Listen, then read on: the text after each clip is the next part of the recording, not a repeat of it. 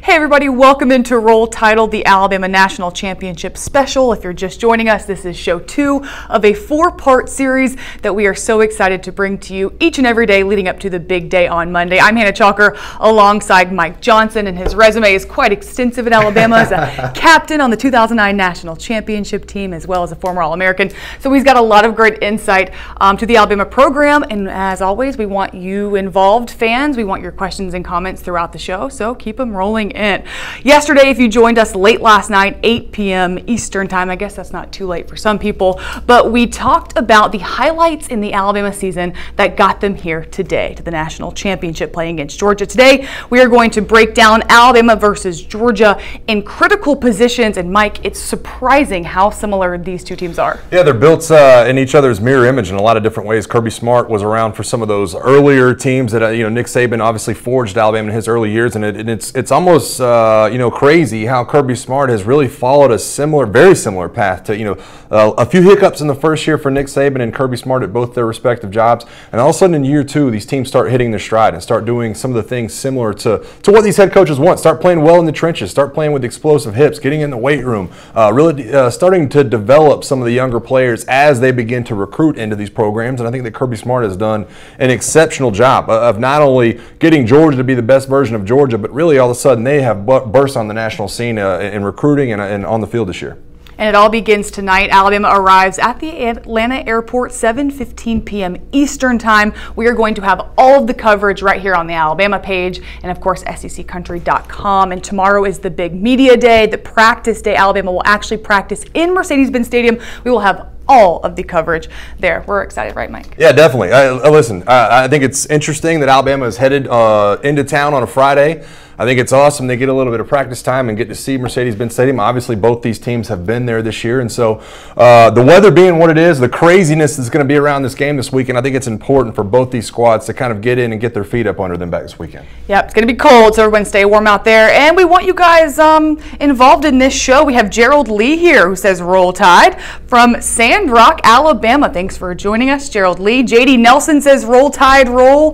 Lachey Scott has a question. We're going to get that just a minute. She actually asked about the game time, and it is 8 p.m. 8 p.m. Eastern, thereabouts on Monday night. So it's a late kickoff for everybody here, but back in Alabama, if you guys are watching from home, 7 sounds like a pretty good game time. And Christopher Clay, Roll Tide Roll. All right, everybody, thanks so much for joining us. We're going to get started with the show here. This is Roll Title, love that name, the Alabama National Championship Special right here on Alabama SEC Country. As the Tide prepares for its title clash against Georgia, we'll be bringing you the most complete coverage of the Crimson Tide available anywhere, from the moments that defined the season to interviews with Tide players and coaches.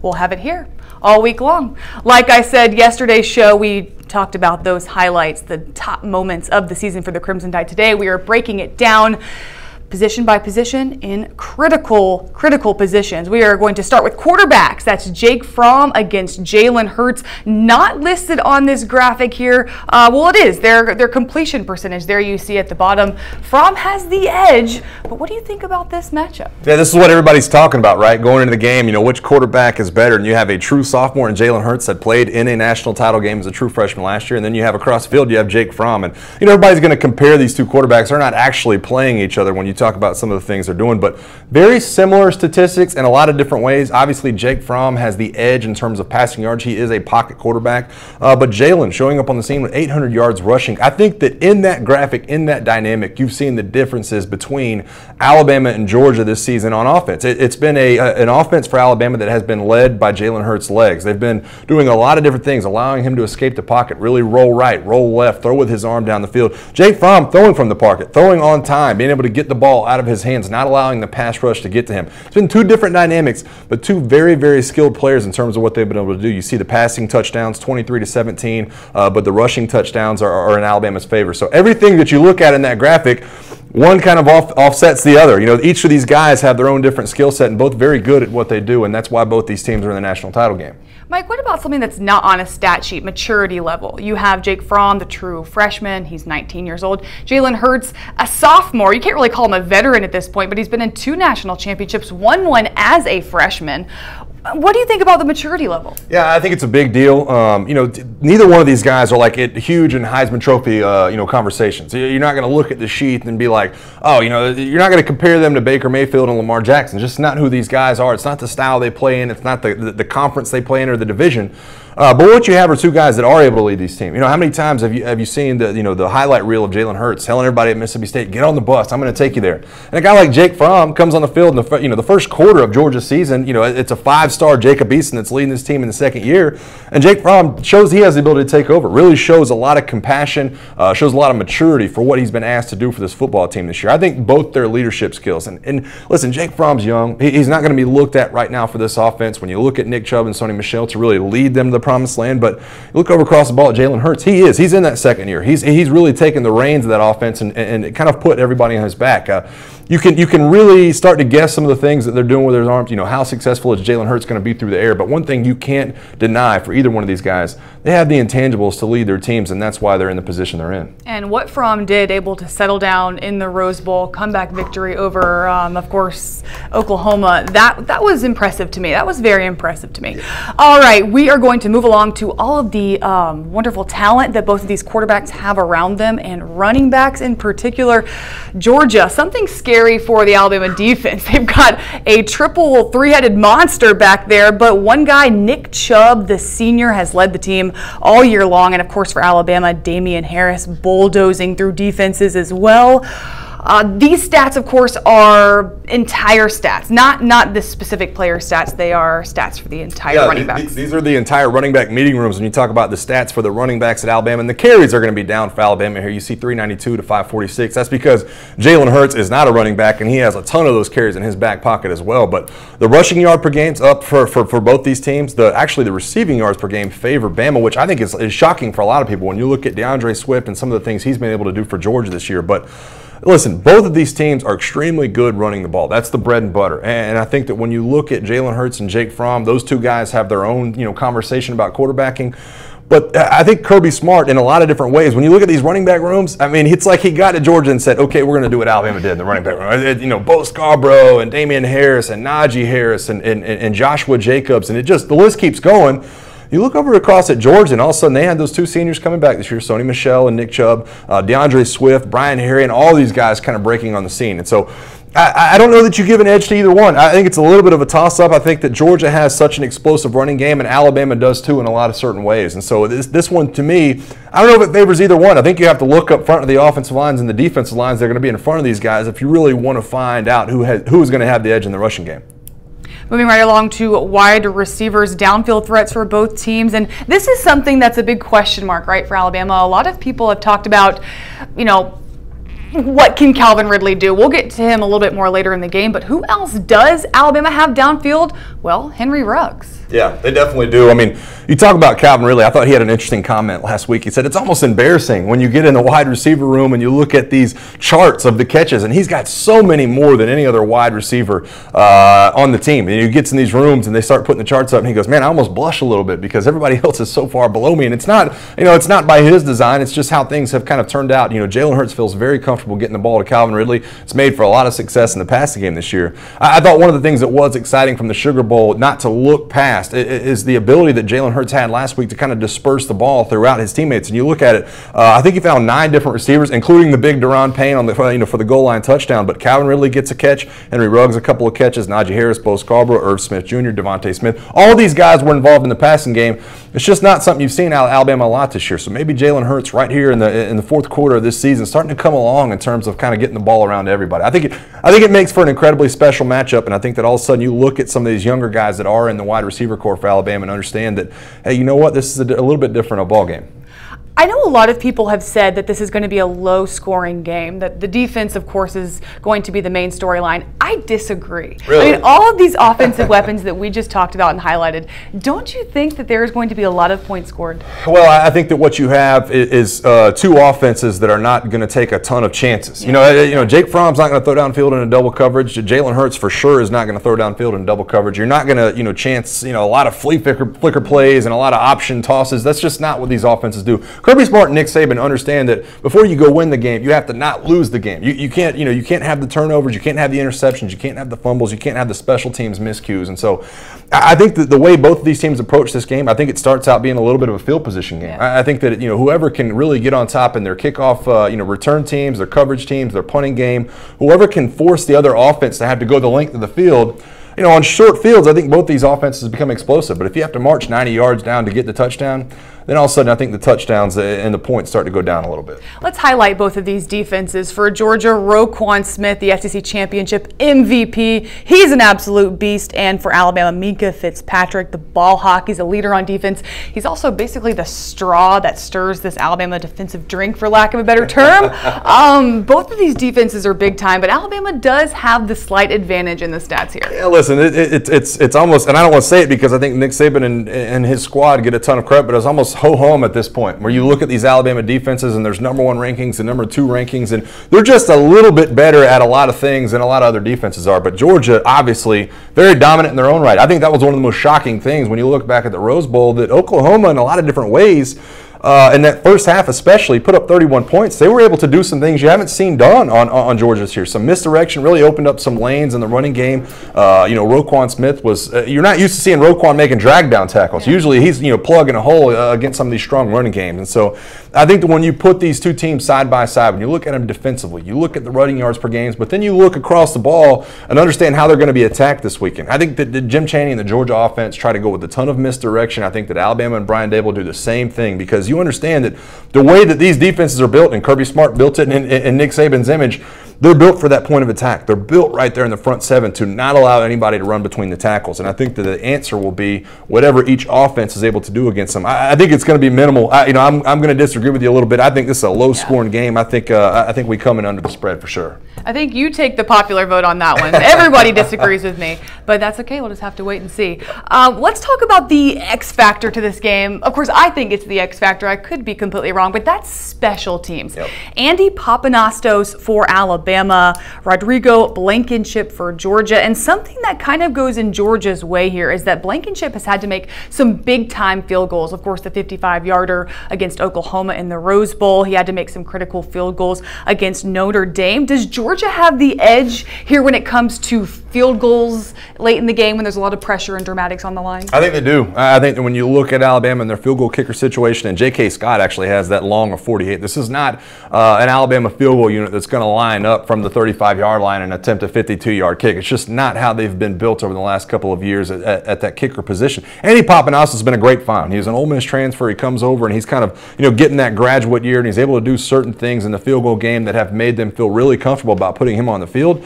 But when you look at what Rodrigo Blankenship has meant to Georgia, and you look at some of the big kicks he had last weekend in this game in the Rose Bowl against Oklahoma, I don't think it's a huge discrepancy. I don't think it's a huge kind of split between these two field goal kickers, but I definitely think this is one checkbox in the corner of the Georgia football team. I think that maybe Alabama has a lean-in punter, but when you look at place kickers right now, Rodrigo Blankenship, without question, in my opinion, is a little bit better.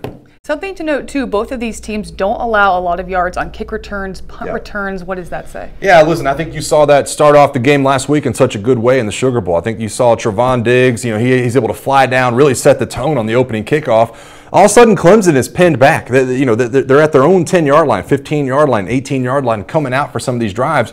They never could flip the field, and that was because of the coverage units for Alabama on special teams. They're able to keep Clemson pinned back and say, hey, you know what?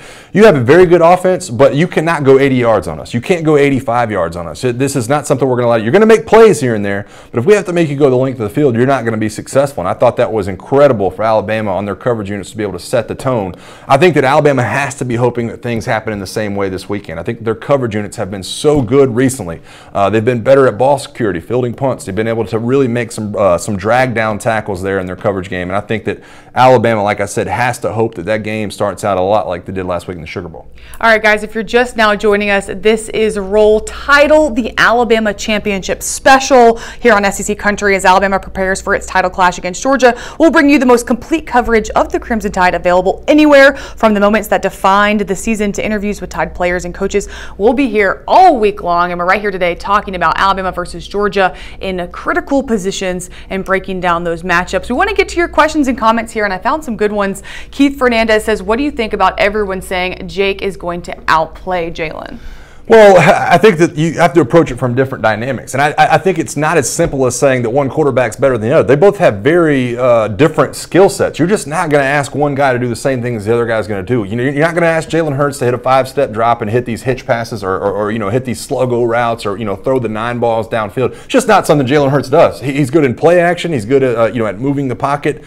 He's able to making things happen with his legs. Jake Fromm, completely different skill set. Now, I do think Georgia's offense has opened up a little bit recently and allowed him to do a few more things on the offensive side of the ball. His completion percentage has started to skyrocket a little bit. You've seen him over 70% in a couple of their recent games. So I think that if this becomes a game where you're throwing from the pocket, I think that Georgia has the edge. If this becomes a game where obviously, you know, you're allowing Jalen Hurts to move around and do things with his legs and you're able to kind of break, contain, and maybe you find Georgia in a man coverage situation running downfield, then the edge goes to Alabama, no question. I don't think it's as simple as saying quarterback versus quarterback. Two completely different dynamics, two completely different systems. And I think each of these quarterbacks deserve a lot of praise in their own right for what they've been able to do this year. We'll take a few more comments here. We've got a lot more to get to in the show, including key playmakers on the Alabama side of things. David Hollingsworth asks, Mike, do you think Bama's offensive line will have as dominant of a performance as Georgia did against Clemson? Yeah, listen. Versus Georgia as they did against Clemson. That was one of the most surprising things I saw from last week. I really thought Alabama, it was going to be a stretch zone type of game where you try to get those big guys up front for Clemson, kind of going sideline to sideline. Now, I know you can go straight ahead, but can you skate down the line of scrimmage and really make those plays and keep gapper integrity? That's not what Alabama came out trying to do. I was kind of shocked, really, that they came out and established a run right away. Damian Harris had a career high in carries. I think it was 22 for 71 yards. They tried to establish the ground game. I think they have to show that ability to try to do that in this game as well. And I think that Alabama moving forward, I think if they were able to do it against Clemson, that they stand a good chance of doing it against Georgia as well. Now, I think that Georgia's edge rushers in the passing game are a little bit better off than maybe Clemson was last week. But moving forward, you know, you have to look at that J.C. Hassenauer right guard position, possibly filling in for Lester Cotton. I know that Kirby Smart will probably put Trenton Thompson over the top of him and allow them to make plays, but I think that Alabama's offensive line played at an extremely high level last week. I think they came out and said they had a chip on their shoulder, so you wonder if they'll be able to find that chip again. If they do, and if they play at that level last week, there's not a lot of defensive fronts that are going to be able to stand up to them. I said I thought special teams might be the X factor in this game. We'll take one more comment before moving on. Jose Ascasio says the X factors are the punters and seldom thrown to wide receivers for Alabama. Ridley and Sims will be targeted. You got to go to the tight ends and other receivers to spread the ball and to mix things up as well. Yeah, listen, I agree. I think that, you know, you look at a guy like Jerry Jeudy, who has not been a big part of the passing game this year. There is a ton of talent at wide receiver for Alabama that just doesn't seem to get the ball very much. And a lot of people have kind of asked the questions. You've gone on to Calvin Ridley. You've done some of these things that have been good in the passing game. You just haven't spread the ball around. But you did start to see it last week. And I mentioned, you know, a big catch for Jeudy in the Iron Bowl. You kind of start to throw these guys in the mix here recently. Maybe they are turning a corner. Maybe the X factor does become some of the younger guys making some of these jump ball plays if Jalen Hurts able to get them to the ball. All right, we are going to move on to key playmakers in this game. One of them is going to be junior linebacker Christian Miller in for Anthony Jennings. And the question mark since the Florida State game has been the beat-up linebackers for Alabama. It's been piling up all season long. Now Anthony Jennings will not be playing in this game. But Christian Miller himself, one of those players that have not played most of the season due to injury. Is that a weakness for Alabama? Well, I think it could be, and I think it is interesting. We're talking about linebackers that were injured filling in for other injured linebackers at this point. I mean, Christian Miller didn't play at all this season after Florida State and got a little bit of time against Auburn. And it was the same way for Terrell Lewis, another name you're going to see in there on the Alabama's defensive front. Jamie Mosley, another name. He's played a lot of that time this year that a lot of these guys missed. And Anthony Jennings was another guy that he's out this game, but he was injured against Florida State too. So these dynamics of guys not getting used to playing with each other in some of these different situations, I think is a big deal. Anthony Jennings had the game of his career last weekend against Clemson. He had a sack, a few TFLs, 5 tackles. I thought that he played as an explosive game in the pass game and the run game as you've seen him ever have. So Christian Miller has big shoes to fill, or Terrell Lewis, or Jamie Mosley, or Rashaan Evans, whoever else they choose to kind of fill in those spots. I think it has to be the entire group. I don't think we can point to one guy, and Christian Miller is the guy in the crosshairs, but I think it has to be everybody that picks up a little bit of the slack because of the production you've gotten recently out of Anthony Jennings. What is your confidence in the linebackers with how we've seen Georgia take their running game to the next level, I mean, they were at like a 10 against Oklahoma in the second half. I mean, what's your confidence level? Yeah, I think if you would have asked me that before the Sugar Bowl, I'd have said, you know what, I don't know what we're getting in Mack Wilson. Dylan Moses is not on the field anymore. You heard his foot in bowl practice. It's just been one after the other. Well, Mack Wilson, I thought last week, coming back from some of the injuries he had during the season, he played sparingly against Auburn as well. But coming back, I thought he looked incredibly prepared. I thought he looked explosive. I thought he was all over the field and really flashing his speed, not only in the run game, but in the passing game as well. I feel pretty confident with the Rashaan Evans and Mack Wilson combo right there in the middle and Terrell Lewis and also Christian Miller on the edge. I feel pretty confident that those guys will be able to get the job done and not miss a beat this weekend. All right, well, behind the linebackers is junior Minkah Fitzpatrick. He is the heart and soul of the Alabama defense. Been banged up a little bit himself this season. What do you see him able to do in this game? Likely matched up with Calvin Ridley, you think? Well, not Calvin Ridley. He'll be looking at a lot of the good receivers. Javon Wims. You're talking about Isaiah, Godwin. A lot of these guys from Georgia, they do have explosive wide receiver core. So I think you have to be careful. I think if Minkah Fitzpatrick is such a Swiss Army knife for this Alabama defense that it's hard to pick one matchup for him, because I think that you see the flow of the game. You see if it's zone coverage, man coverage, or if it's some kind of hybrid coverage in the middle, and you allow Minkah Fitzpatrick to run the field. He's played nickel, he's played safety, he's played cornerback this year. He's a guy that I know that Nick Saban is saying, what's going to be our toughest matchup? And that's where Minkah Fitzpatrick's going to go. He is that good of a player that when he's playing at his best, you find out what's your toughest matchup, what's going to be the hardest part for you going in this game, and that's where you put Minkah. So it's hard to do player-on-player comparisons because I think Minkah will be all over the field. I think he'll be spying guys at some point. He'll be probably guarding some of these running backs out of the backfield. DeAndre Swift, a guy that can be explosive in the passing game, but he's invaluable. He really is. Jeremy Pruitt said, man, we can't even compare him to another player because he's like having a couple of different guys on our defense. No matter what role you need him to fill in, he can do that. And so he's invaluable. He's one of those guys that when you're watching the game and the flow of the game, that you expect him to be all over the field. And I think he is the biggest piece for this Alabama defense, no question. Let's switch over to the other side of the ball, and who will likely have a mismatch himself, Calvin Ridley. He's our next guy. His brother Riley Ridley will be on the Georgia sideline, so that'll be a fun storyline to see there. So everyone was saying, and I mentioned this earlier in the show, that Calvin Ridley is kind of like Jalen Hurts is a scapegoat at times. People don't have a lot of confidence in him.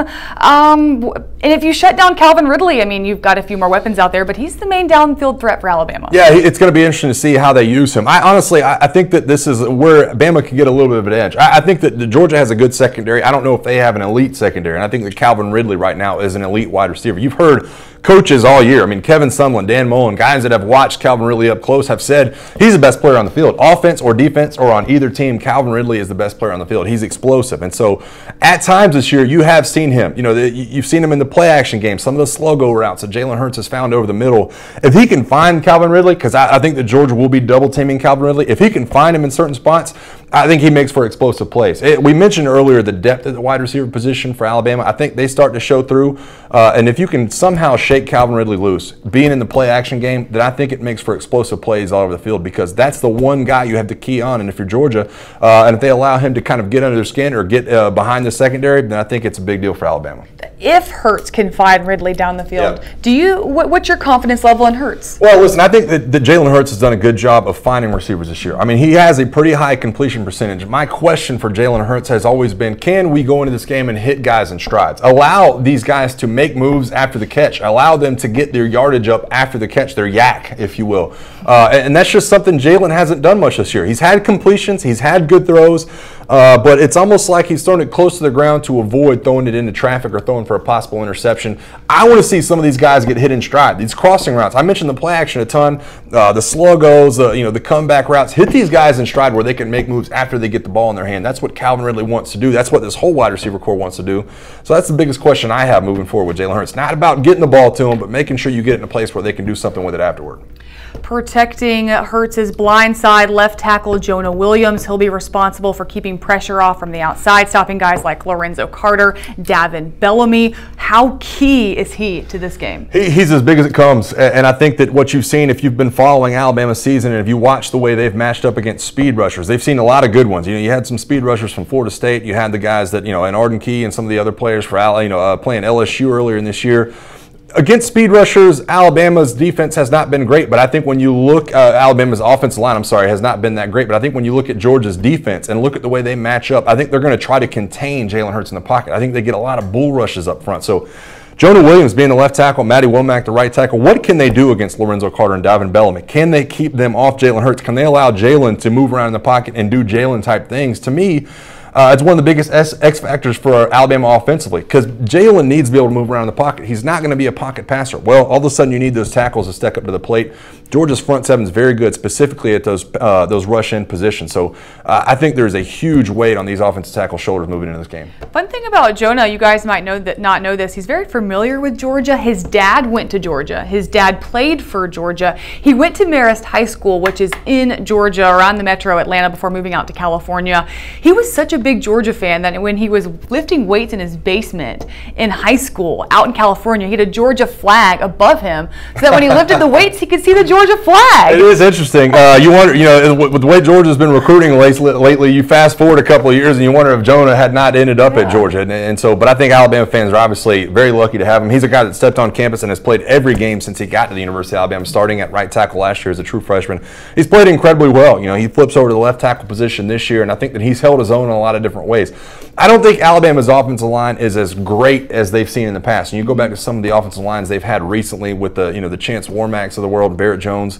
I don't know if this is that unit, but what you do have is a great offensive lineman in Jonah Williams, and I think that he has a big a big deal in saying what the outcome of this game is going to be by the way he reacts to the pass rush. That's Mike Johnson. I'm Hannah Chalker. Thanks so much for watching Roll Title. This is the Alabama Championship Special. We are going to be coming to you each and every day heading up to Monday. And this is the time in the show where we want to get to all of your viewer comments. So if you left us a comment earlier in the show, go ahead and bring that on back up to the top. Comment again, and we're going to get to all of your questions right now. We're going to start with Sean Parker, who says, Jalen needs to stop throwing scared. He's too conservative. Let loose and put it on the line. Dude has a cannon, just scared to make a mistake. Do you feel that Jalen Hurts is scared? Well, I think that he plays cautiously, and I think that that's because Nick Saban's in his ear, and it goes back to him being a true freshman last year, where Nick Saban, listen, our defense is very, very good. If you just don't turn the ball over, we have a very good chance of winning the game, and that's why you see a guy like that has a 25-2 record. Yes, scared isn't the right word. He's cautious with the football, and I think that's what Alabama looks for in a quarterback that can move around. He can pick up first downs with his leg. So why throw into traffic? Why throw into coverage a lot of the different times? But I'm with you in one way, that I think he needs to get the ball off the ground. I think that I've seen that too much this year. Get the ball off the ground and allow these receivers, like I said, to make plays with their legs after they get the ball in their hand. We just haven't seen the ability to do that. And when we have, it's made for a lot of explosive plays. Devontae Smith, Calvin Ridley, Robert Foster, some of these guys have been able to do incredible things with their speed. They just haven't always had the opportunity because Jalen does throw the balls low and away from some of the defenders. So I think that you go into this game and you hope that maybe he can get that ball up. And I'm telling you, if he does right now, that could be a huge part of this game. We're getting a ton of really great comments, so thanks everybody for that. Nathan Gibbs says Judy needs to be more involved. We talked about that earlier. You think he will be more involved in this game, right? I think he will. I think that you're going to see the ball spread around a lot. I think that a guy like Irv Smith, Hale Hinches, some of the tight ends, you really mix in a lot of the options. I think that that's what Nick Saban has been able to do so incredibly in these games that really hinge on championships. Is all of a sudden guys you haven't expected. We saw it in the last couple of years with O.J. Howard in the national title games. Guys that you haven't thought would be a big part of the game plan. In these games that have a lot riding on them, all of a sudden guys like Jerry Jeudy do show up historically for Nick Saban and Alabama. And so I think that you look at a guy like that, or Henry Ruggs or Devontae Smith, and think they could really make their impression on this game, because I think Georgia's secondary is one place that Alabama might have a little bit of an advantage. We'll take one more comment. That's from Wayne Stratton. He says, do you think Alabama is still playing with a chip on their shoulder after the Clemson game? He says he hopes so. What do you think? Yeah, I think they are. Listen, you don't need a chip on your shoulder in a national title game. You shouldn't. But, Alabama is one of those places that sometimes you do. 6 national championship games in the last 9 years. And so I think that they have to have that ability to want to get to the next level. Everybody saw the video of Scott Cochran smashing the second-place trophy from last year on the ground. I think that that's how the entire team feels. I think they feel this is not a second-place team. This should be a national championship caliber team. And so I think they're really trying to strive to get back there. The Saban Revenge Tour. It's kind of been like that all season long. All right, everybody, thanks so much for tuning in to Roll Title. This was show number 2 of 4. If you missed yesterday's show, just head on over to the video section on this page and you can rewatch it. We break down the highlights of Alabama's season and the big key moments that got them to the championship. And if you're just joining us for whatever reason, roll on back. Today we broke down Alabama versus Georgia at critical key positions. But we have so much more coverage. So tomorrow's show and Sunday's show will be at 1 o'clock each with a lot of really cool coverage. So Alabama gets in town tonight, 7:15 Eastern time. They will be at the Atlanta airport, which we will be streaming live right here on the Alabama page. So that's 7:15 Eastern, 6:15 Central. We will show them live getting off the plane right here. So you're not going to want to miss that. And then tomorrow, starting at 9 a.m., there is a huge media day. Alabama has their first practice at the Mercedes-Benz Stadium. So we are going to have reporters on site. That's Chris Kirshner and Mark Burnett will be there getting all of the interviews. And then Mike and I will be right back here at 1 o'clock to show you all of those interviews. So you're not going to want to miss it. A lot of fun stuff coming up. It should be a lot of fun. I've been in those interviews. I understand the chip on some of these guys' shoulder. And listen, a lot of those guys are going to step in front of the camera and say, I don't want to do this. But we're going to be breaking down all their comments tomorrow. And I think it's going to be a lot of fun to hear from those guys on the eve of a very big national title game. Okay, 1 o'clock Eastern time, 12 noon. We will see you right back here tomorrow with all of the B-roll from the practice and interviews. You're not going to want to miss it. That's Mike Johnson. I'm Hannah Chalker. Thank you so much for watching this Alabama Championship special on Roll Title right here on SEC Country.